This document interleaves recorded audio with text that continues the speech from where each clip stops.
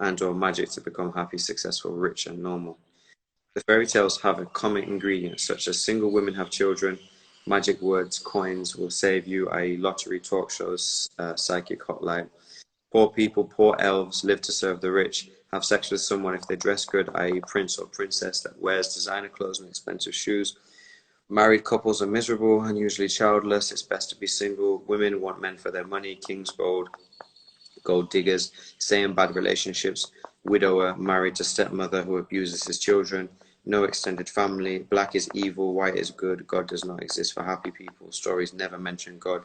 Spirits are evil. Spirituality is bad equals African culture is bad. Sex symbolism. Evil is successful without magic and goodness. Evil needs magic to be successful. Marry a stranger for money or power, not character. Candy, cake, and sweets are rewards and make you happy. Meat eating is normal. Man's deceased first wife, subconscious, is resurrected as evil stepmother. True nature of woman is evil. Sacrifice children for wealth, successful career. Men are sexually wolves or sexual wolves, predators. Sex predators, child abuse is normal, poor parenting skills are normal, thieves and liars are successful, ancestors are not a part of the family, straight hair and Caucasian facial features are beautiful, beautiful people are good and ugly people are evil, buy expensive jewelry and clothes to make yourself look beautiful equals good, women are not interested in sex, men always want sex because women have charm and beauty, dysfunctional families are normal, violence is normal, no wisdom is given by their elderly relatives. Fairy tales use a story form pattern called the chase. In the chase, the character is chasing after success or the perfect life, self-actualization. The cartoons, animated fairy tales such as Roadrunner or Wile E. Coyote, Tom and Jerry, Cat and Mouse, Flintstones, Bugs Bunny, Woody the Woodpecker, Scooby-Doo, Butthead, and Beavis, Daffy Duck represents a stupid black person. Use the chase, while Batman, Superman, and Spider-Man focus on a prophet who will save you. Chase themes are in movies such as Men in Black, Star Wars, Tarzan, Titanic, Malcolm X, and Wild Wild West. The chase theme is the format for talk shows, Jerry Springer, Oprah, Montel, Maury, etc. Music videos, professional wrestling, soap operas, and commercials such as Ronald McDonald and the breakfast cereal commercials. The talk show host helps a guest to overcome a problem or chase after a solution to problems, hunger, money, stresses, bad behavior, negative emotions, sex problems, social problems, etc. The chase theme is fairy tale based. The breakfast and fast food commercials use clowns and fairy tale type characters which appeal to infantilism, Peter Pan syndrome. They emotionally take you down memory lane back to your past life as a child and subliminally satisfy the need to be nurtured or escape adult life. The commercials subliminally cause consumers to emotionally live a fantasy life of happiness with the fairy tale type characters. Fairy tales are a propaganda, political and social tool used in a military logic fashion to reinforce Caucasian cultural values and white supremacy. Are you still with me? Yep. Okay.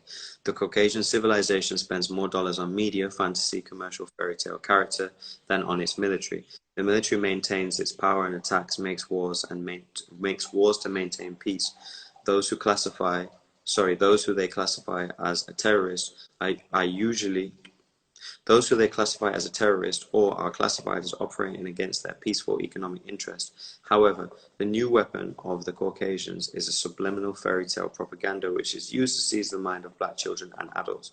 Caucasians spend 3 to 4 times more money on the media of television shows, make-believe fantasy, commercials, and movies that use exclusive fairy tale themes. They have invaded Africa with fairy tale characters, fairy tales, movies, commercials. Their fairy tale fantasy invades the mind while military invades the country. Media fantasy is the new military of Caucasians. An examination of the overt and hidden subliminal messages communicated to black children in these fantasy stories can be revealed the true effect on the mind.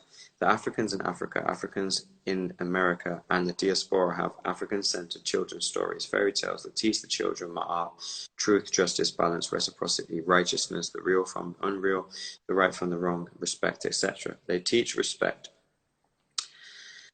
for the privilege to love God and the importance of culture and family, as well as respect for the ancestors and Mother Earth. Nature balance equals ecology. The stories present a variety of problems and a variety of African Ma'at solutions. The African children's story usually have major themes. A message gets changed and a character has to seek the true message. Rebirth or rites of passage of a character teaches various solutions to the problem. A mixture of one or two. The use of ma'at will solve problems, i.e. Ashanti spider stories, Aesop's fables. So you've heard of Anansi the Spider-Man. Have you heard of Anansi the Spider-Man? Yeah, I've heard of it. Yeah. Okay, so Anansi the Spider-Man, those stories were first documented. They existed before that, but they were. I don't know what was going on with your thing. Maybe somebody was calling you. They see you on live or whatever. But your thing just froze up. Anybody else see a thing freeze up? Also, it's 1 p.m. here. I'm going to come off here soon. If you're awake in the USA and it's all whatever o'clock over there, 1 o'clock or whatever, go to sleep. You don't need to be up all night. You need to sleep at night. Because I get 8 hours in every 24-hour period, every single 24-hour period that exists. All up all the time, all up, all up, all up. Trying to come and talk. Go sleep. I'm saying that for your health. I don't need a life full of people who are avoiding sleep. Humans is the only species of animal on the planet that willingly avoids sleep. Her thing must have locked off because we can't see her no more. Alright, the next person I'm bringing in, I'm just going to read to you. Alright, so you can't ask me no question or nothing until I finish the reading. If you're not with that, then we'll move you out. Man like Steve's. This book is called A Handbook for Raising Black Children, a comprehensive holistic guide. Yeah, my G. Friend, it's connected on my side. Can you see me and hear me? Alright, that doesn't work. See if this one is gonna work.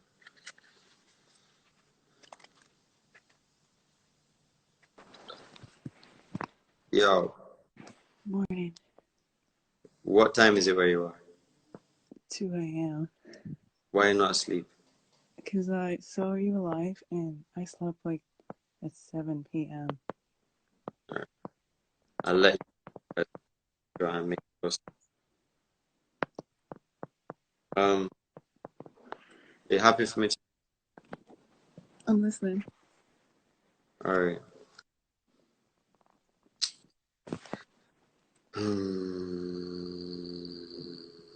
All right. Oh, that's what I was saying to the sister before. Are you familiar with Anansi the Spider-Man? No, I wasn't. I was hoping that you explain it. So Anansi the Spider-Man is like a series of stories that was told. It was an African fictional character that used to teach kids how to behave themselves and learn respect, right? And Anansi the Spider-Man was first documented around the 1950s and early 1950s, but the story has gone on for hundreds of years before that. Guess when Spider-Man came out? That guy, whatever his name is. 1950s, too? Like 1958 or something, man, 1961. So it's like those stories, whether it's X-Men, which is the struggle between Malcolm X, Magneto, and Martin Luther King, Professor Xavier, and the mutants are the black people, and the humans are the white people, and that whole civil rights movement, or whether it's Avatar, where they're destroying our homelands for mineral resources, or whether it's Black Panther, where they're telling the story of of Heru, Asar and Oset, or Osiris and Horus and Isis, or Jesus and God and Mary. It's all the same thing, right? It's just European them, they like to you know, kind of act like so that they invented it, but it's like you didn't invent Spider-Man. We was already talking about Spider-Man in Africa before you was talking about Spider-Man in Europe. Like, there's no Spider-Man. There's no spiders over there that's big enough to be called a man. There's no tarantulas or nothing like that. You understand? So, where was I? All right. Ethnic group called the Hottentots. So this is an ethnic group who live in South Africa, right? Europeans was calling them the Hottentots. Their indigenous name is, I think it's the I can't remember if they're Osa or Ndebele or Shona or Zulu or San Bush people, but you would have heard of a woman called what her name now? Sarah G. Bartman. They used to call her Hottentot Venus, and they stole her from Africa and paraded her around Europe as a prostitute because she had a really big kind of backside, and that was like a phenomenon for Europeans. Khoisan, that's it, the Khoi people. Khoisan, an African The ethnic. Khoi people. In Go on. Nigeria, we have a story about the Khoi people, but it was made to seem like they're witches. It's like they don't want they don't want the Khoi woman to come to you. But it's another story. But yeah. Maybe it's because the Khoi women are damn beautiful. Maybe that's what it is. I'm hating that story.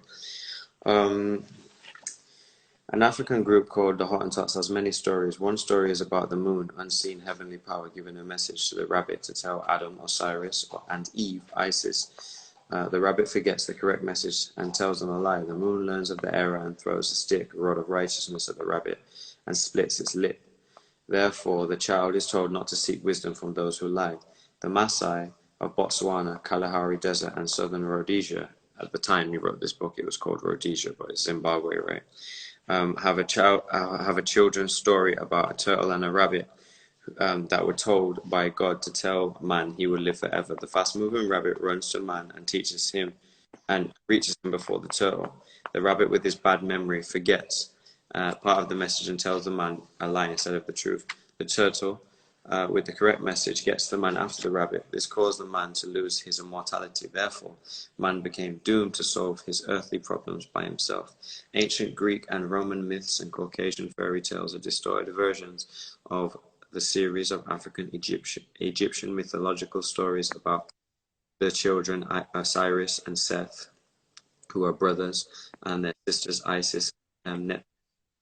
The brothers and sisters represent attributes of God. This is a long story about how and why these brothers and sisters maintain ma'at, family and godly values, in the face of negative forces outside and inside the family. It also contains the African spirituality construct. The Africans in Americas that live on the Carolina Sea Islands, Uptos of the Congo and Gallas of East Africa have stories about a bird bringing mortal life and immortal life to man. The stories are built on Egyptian or Syrian stories. African stories have a common connection, and that is to demonstrate what ma'at is, how to use ma'at in social life, and how to use ma'at to solve problems. The stories are designed to emotionally bond African children to African culture. The Caucasian culture stories are told completely differently, culturally abrasive, and can be psychologically and emotionally harmful to black children. They can addict children to white culture and sugary sweets. They do not reflect a godly relationship with one's spirit and soul. For example, Little Red Riding Hood. The little girl's mother abuses her by sending her into the woods where predatory man-eating wolves live. The girl is disobedient to her mother. She goes off the trail which the mother told her to stay on. Little Red Riding Hood talks to the wolf, a total stranger, and tells the wolf she's going to her sick grandmother's house. She should not talk to strangers, but does. She wears a red hood. The hood symbolically represents deceit and the hiding of something. Red in Caucasian culture means fertile, sexually attractive. Consequently, Caucasian women wear red lipstick and nail polish, red underwear, red shoes. Dorothy in The Wizard of Oz. The areas of prostitution in cities where sex is sold is called the red light district or sex districts. The grandmother in the story is obviously senile. As she leaves the door to her house open, has forgotten that wild wolves roam and live in the forest and can come in the open door. The grandmother has poor hearing and cannot distinguish the wolf's voice from that of Little Red Riding Hood. When Little Red Riding Hood arrives at her grandmother's with a basket of food and sweets and a bottle of wine, she cannot recognize, poor eyesight, the difference between a wolf and her grandmother. The story does not seem to make sense to the conscious mind because it is emotional and aimed at the subconscious mind. The wolf is symbolic of men. Men are wolves that seek sex. Men are dogs that want to rape virgin young girls. Girls want a man to be virile and sexually aggressive, stud. However, when a man is sexually aggressive towards them, they are insulted and call the man a dog, wolf.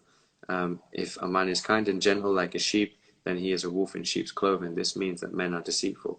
If a man whistles at an attractive body, then he is acting like a wolf's whistle. A hunter appears in the story with a rifle. A hunter appears in the story with a rifle. The rifle is symbolically a man's penis. This means that the man's penis will save Little Red Riding Hood from her whore-like sexual urges. Therefore, the idea is promoted that the next man is always better than the last man, and that females are trapped into sexual relationships by sexually aggressive dogs, men. The wolf dresses up like a drag queen to protect his virginity from red hot Riding Hood.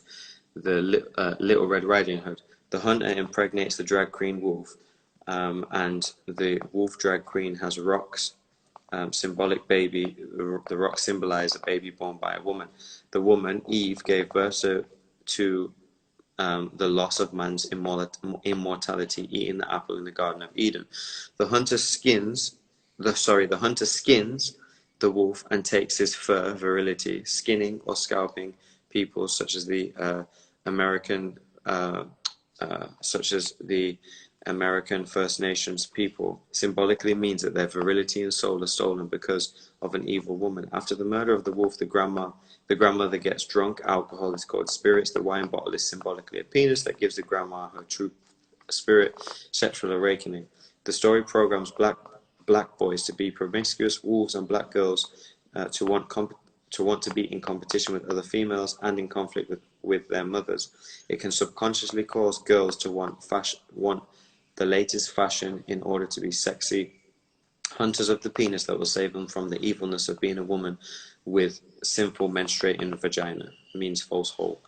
The story Cinderella has many mixed messages and emotional themes. It symbolically suggests that cinder, is black ash, dirt from burnt wood.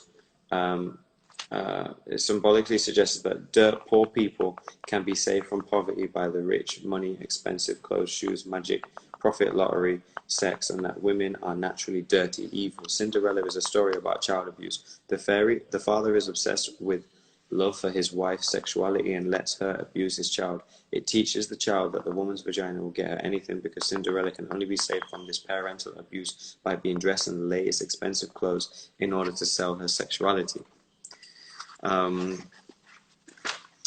In the story, the personality and character development of the prince is never discussed. Therefore, the story implies that if a man dresses nice, expensive clothes, shoes, and has money, he can have sex with women. The fairy godmother in the story did not try to correct the father's behavior or put the mother and father into a marriage counseling so that they would be better parents to Cinderella. The story projects the idea that being wealthy can save you from abuse and solve your problems. The story makes ugly people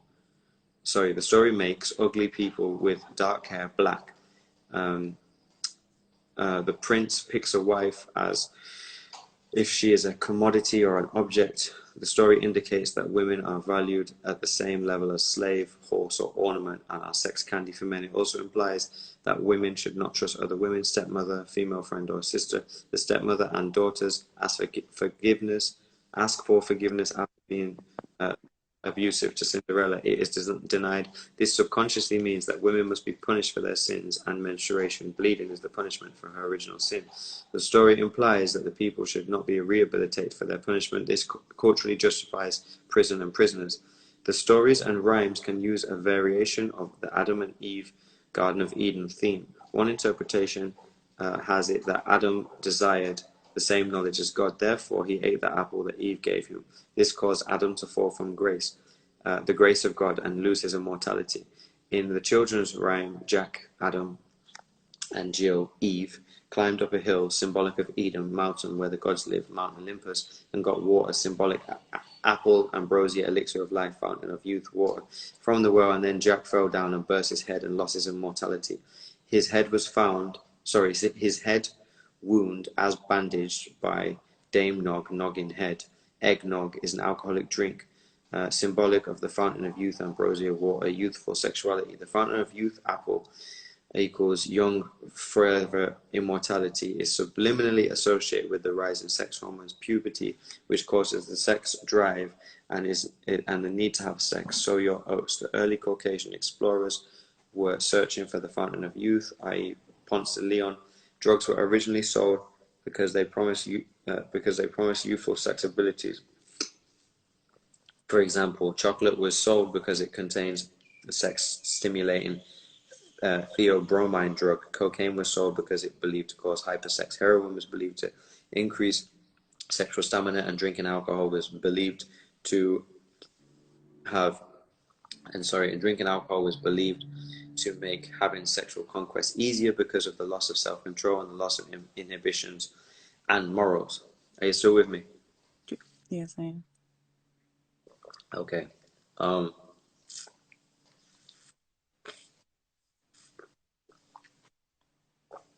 The cosmetic, facial creams, exercise gyms and equipment, and hair dyes are sold because they are symbolic of maintaining youthful sexual ability. Youthful sexual ability is promised by herbs, vitamins, creams, and drugs. The children's stories and rhymes are usually the child's first introduction to the subliminal concept that youthfulness is sexy and gets you sex success and wealth. The stories and rhymes of characters seek magic and/or wealth. Apple, golden eggs, Midas touch, etc. The three bears, the three pigs, and the Wizard of Oz, three characters, Lion, Straw Man, and Tin Man, are associated with a hero that possesses power of some type. The emotional message is that power can give you youthfulness. Youthfulness gives you a license to have promiscuous sex. Sow your oats. Shoes are usually associated with women and sex. For example, the Wizard of Oz, Dorothy's rites of passage, Yellow Brick Road for adventure to womanhood, sexually fertile, Red Shoe, Cinderella seeking a prince to marry and have sex with, Glass Shoe, and hypersex. Single women that lived in a shoe could not stop having sex, and children. These stories cause women to emotionally associate sexual ability with shoes. They often own an excessive amount of shoes. This demonstrates the subliminal effect of the stories. Are you still following that? So Yeah. There's enough women them who just can't stop buying shoes. It's because they've been taught as a youth that them buying shoes is associated with them being youthful, is associated with them being sexual, which is associated with them being a woman. That's interesting. The truth. The stories and rhymes are advertisements for Caucasian culture. They sell Caucasian culture to the black child. Advertisements work. That's why businesses use them. They spend more money on advertising than the worth of their product. Countries advertise their power by using war. Their ability to win wars attract others, businesses, wealth. An example of the power of advertisement is a story about a man who had a business. He said an advertisement was unnecessary business expense, and he refused to advertise. He eventually had to go out of business because of a lack of enough customers, so he advertised in the newspaper, business for sale. Caucasian culture uses children's stories as advertisements for their culture. They use media, computer games, sex, movies, textbooks, religion, schools, and children's stories to sell their culture. The earlier you condition a black child's consciousness and subconscious mind and emotions with fairy tales and nursery rhymes program, the better. The earlier the stories are told, the more tightly bound the emotional junk food diet physical image and behaviors of the Caucasian characters are imprinted on their mind, the more the stories are repeated, the stronger the Caucasian cultural impression. Adult storyteller, voice quality, inflection, voice tones, tension, and facial expressions emotionally attach the child to the fairy tale so completely that they will mimic the storyteller's voice tones used when expressing anger or talking about sex, joy, stealing, deceit, and lies. The child will subliminally copy the fairy tale character's culture. The fairy tales become hardwired into the electrical circuit of the child's brain and neural network, and any aggressive attempt to free the child from the Caucasian culture's ideas, cosmology, further bonds it to them. The fairy tales sell them emotional stocks in Caucasian culture that makes them bond to Caucasian culture, livestock, slaves, in bondage, change, stocks, and bonds. Fairy tale jingles, rhymes, and songs are repeatedly hummed and sung by black children, which makes a negative subconscious impression and gives the child an emotionally soothing cultural effect. Along with the effect comes the Caucasian mindset. The child becomes possessed by the spirit of the themes of the stories and characters. They become alienated from African culture and aliens. Aliens will only serve aliens. The child is created into an Afro-European, black skin with a white culture's mind. The Caucasian fairy tales and children's poems, songs, and rhymes subliminally program the future adult behavior of the child.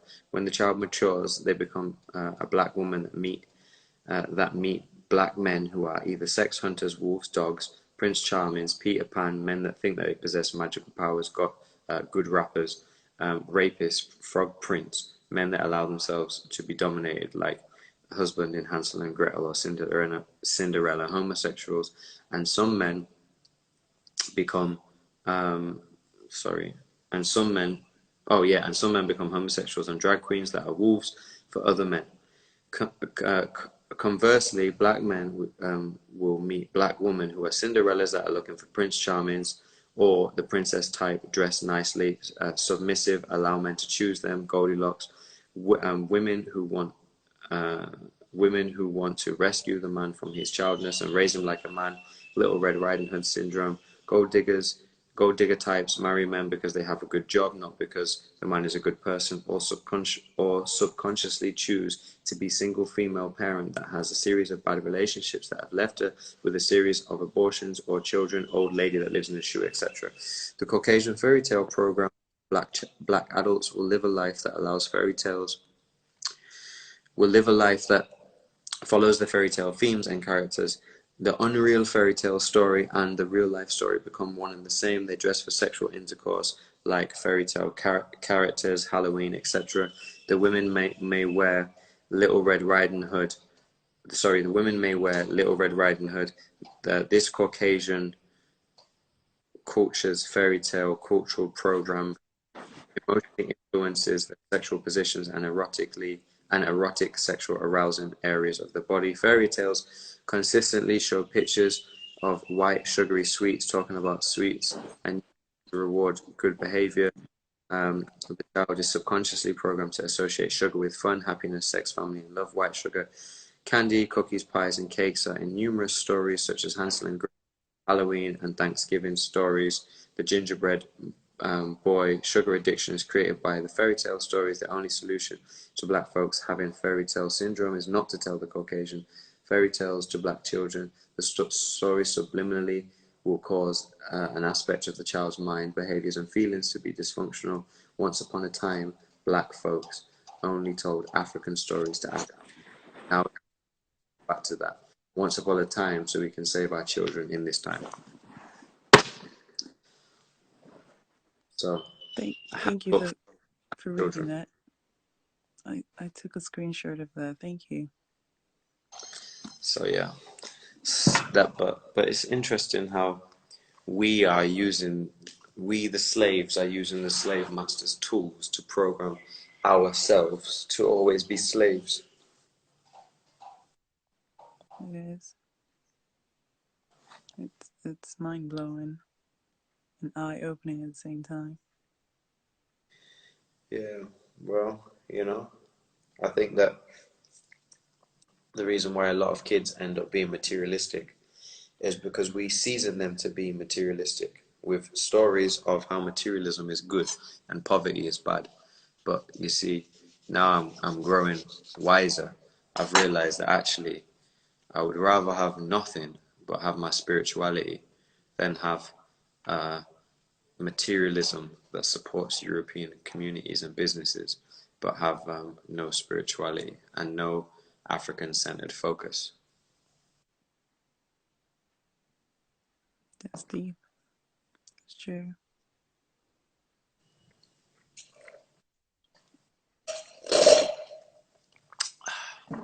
Was there anything that you felt the need to ask me or speak to me about before I leave this thing and go about my life?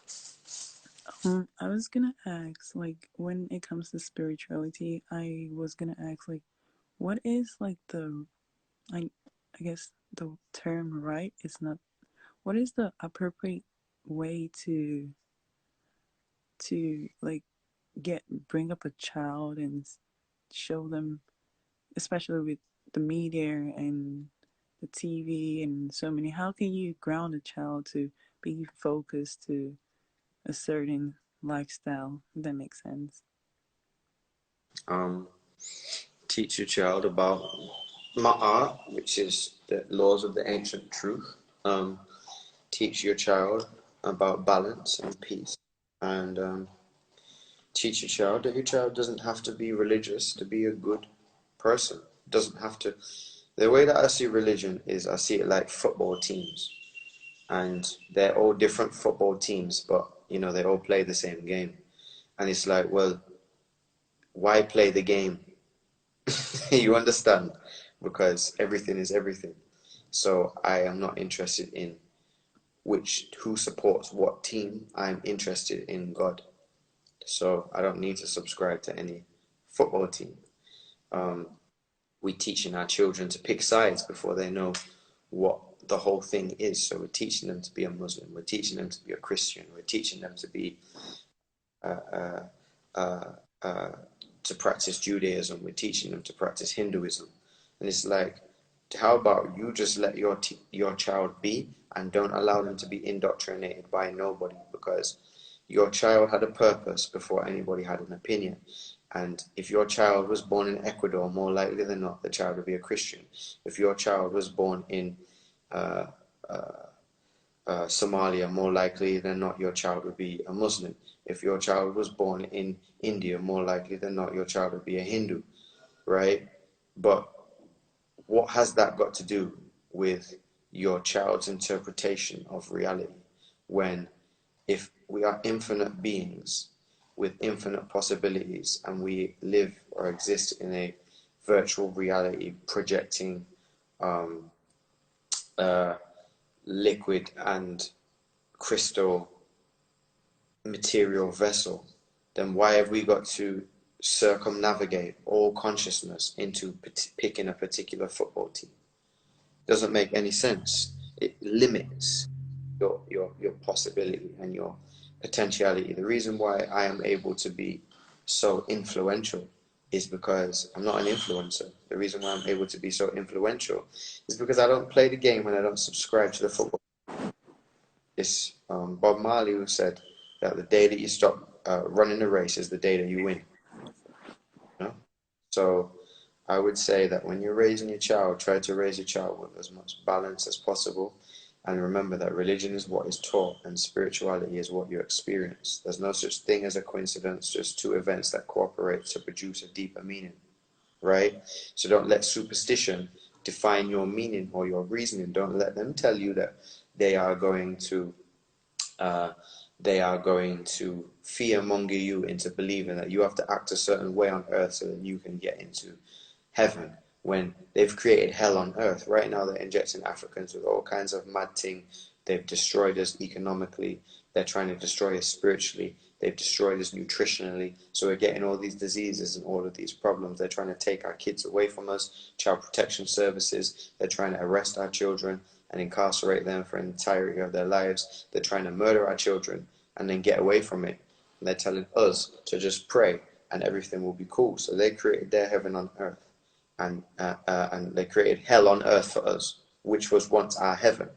And now they're trying to tell us that in the afterlife, if we just repent and we just pray, we're going to make it.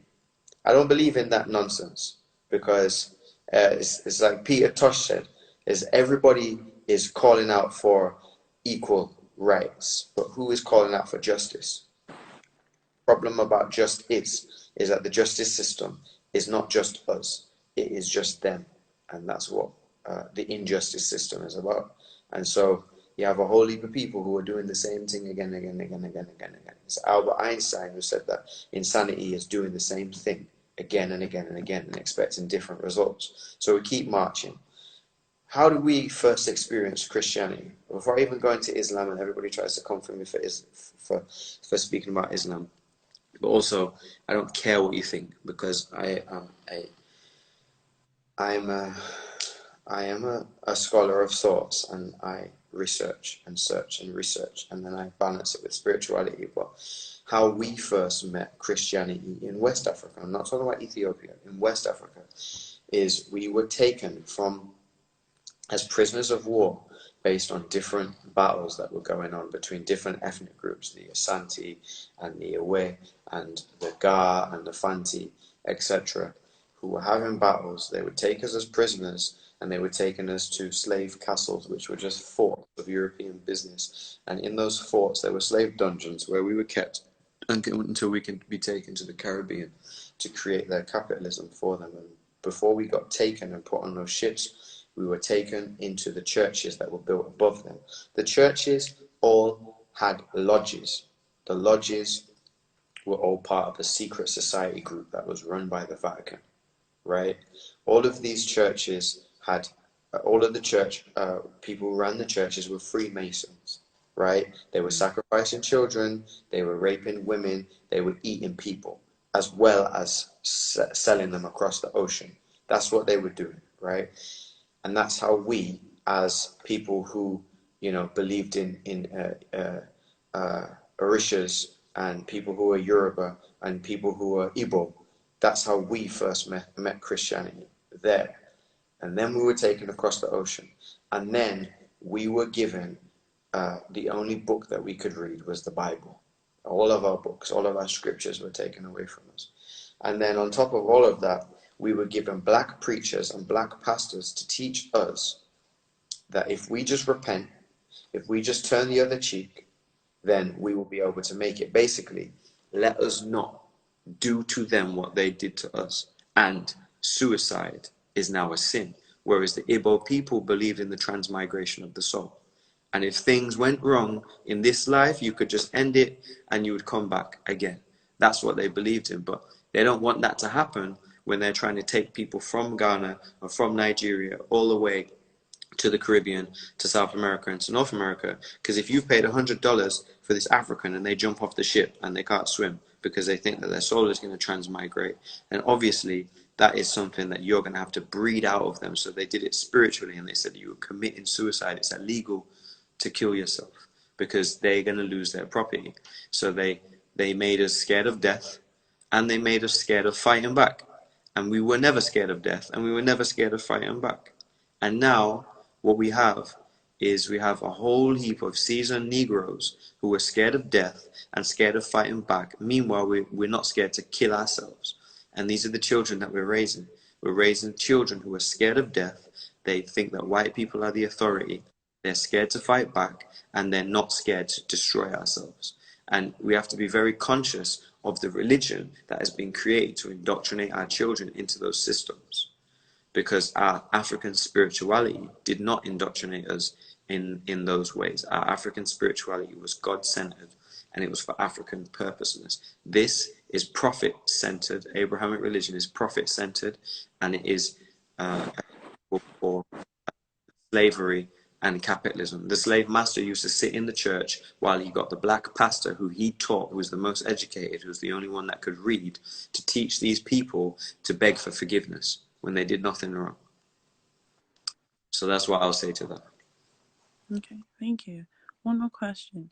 What do you think about language? It's getting distinct. Certain languages are. What's your opinion about just language in general? Do you think it's something that's been, how will I put this? It's been purposely distinct? What do you mean? Like, so there's, before now, there were like so many African languages, and it's like now English is slowly becoming like acceptable, and people are losing. Because language, a lot of it is phonetic, and it is culturally and intellectually stimulating for African people. African language is for African people. So if you can learn Yoruba, learn Yoruba. If you can learn Amharic, learn Amharic. If you can learn Shona, learn Shona. If you can learn Xhosa, learn that language, because as soon as you learn that language, you'll awaken parts of your mind that have been asleep. And don't just learn the colonizer's language, though you might have been colonized and English might be one of your languages. I came into this life learning English. Well, I came into this life understanding feeling and emotion and learning about like a vibe. That's how I came into this life. Is I couldn't speak when I came into this life, but I was aware. When I go out of this life, I'll only be speaking African languages. I won't speak English anymore. I should have never spoke English, because English slows down our minds and slows down, the stimulation of our palate. When you have a language that has ooh and sounds that generate resonance within your body and within your spirit. Whereas English language, I just had a whole conversation with you and my tone was like this all the way, because it's monotone, because it's of one tone, because it's of one thought. Whereas when we are going down a yard, when we are going down a yoso, everybody has start speak a different language, you understand? Even though it's still English, go down the road. Go down a road is a different approach at the English language, which is an African approach, which starts to stimulate more thought and more rhythm, more cadence, and more spirituality. So whether you're in Ghana and you say, hey, Charlie, my brother, and that English is an English that is more advanced for us. English for English people, English for African people. There's like 200 different types of English, whether it's, Ghanaian English, Sierra Leonean English, Jamaican English, Trinidadian English. It has, Europeans, they say Barbados. Barbadian people, we say Barbados, because we have a different cadence, rhythm, based on who we are and what our melanin needs in order for us to be intelligent. So definitely I am learning Lingala, because I'm going to live in Congo. I'm going to start learning Tree for Ghana, and Amharic for Ethiopia, because if I was to tell you that you are beautiful, in English I say beautiful, whereas in Lingala you would say kitoko makasi. There's a whole different rhythm and a whole different energy, and we lose stuff in translation. So it's better to drop them full language and come up with ways that you can regain your African intelligence, and I believe that is from language. Okay, thank you so much for your time. All right, respect. All right, bye. Peace.